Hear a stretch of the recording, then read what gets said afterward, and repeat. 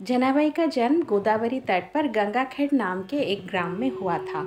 बचपन में ही उनकी मां का निधन हो गया था और उनके पिता उन्हें भगवान विट्ठल के दर्शन के लिए पंढरपुर लाए थे और वहीं उनकी भी मृत्यु हो गई। जनाबाई तब सिर्फ 8 साल की थी। जब जनाबाई की माता पिता दोनों का देहांत हो गया तो जनाबाई जी बिल्कुल अकेले हो गई। तो जनाबाई जी के हृदय में भगवत प्रेरणा से ये बात आई कि कोई भक्त अगर उन पर कृपा कर ले तो उनको भगवान के साक्षात्कार हो जाएगा। इसीलिए जनाबाई जी ने 8 साल की आयु में नामदेव जी महाराज के यहाँ सेवा करना स्वीकार कर लिया।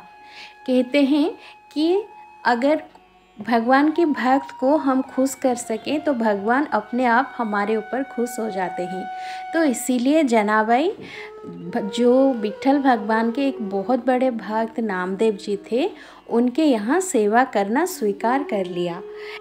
नामदेव जी निरंतर भजन परायण थे और निरंतर भगवान के नाम में डूबे हुए रहते थे। तो नामदेव जी जैसे महात्मा के यहाँ सेवा मिल जाना मतलब स्वयं प्रभु की सेवा से वही बड़ी सेवा मिल जाना था। तो जनाबाई जी के हृदय में एक ही बात थी कि नामदेव जी जैसे बड़े भक्त को वो प्रसन्न कर ले तो भगवान जनाबाई जी के ऊपर प्रसन्न हो जाएंगे। तो जनाबाई अब नामदेव जी के पूरे परिवार की तन्मयतापूर्वक सेवा करने लगी। वो उनके घर के सभी कार्य जैसे कपड़े धोना, आटा पीसना, भोग तैयार करना, बर्तन मांजना, झाड़ू पोछा करना इत्यादि सब स्वयं कर लेती थी। जनाबाई को नामदेव जी के यहाँ सेवा करने में बहुत ही आनंद आता था। तो जनाबाई जब नामदेव जी के यहाँ सेवा करने लगी तो नामदेव जी तो बहुत बड़े संत थे। तो नामदेव जी के सेवा और संग के प्रभाव से उनका निरंतर नाम जप चलने लगा। वो निरंतर भगवान के नाम जपने लगे।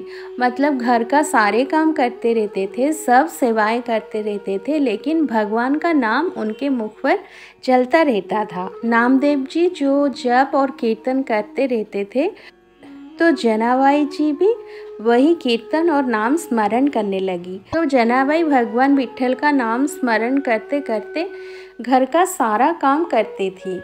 तो जब वो पोछा लगाती ऐसे भगवान का नाम स्मरण करते करते तो भगवान के भाव में खो जाती थी और बहुत रोने लगती थी, क्योंकि उनके अंदर वो भक्ति प्रकट हो गई थी। क्योंकि नामदेव जैसे बड़े संत के यहाँ वो सेवा करते थे।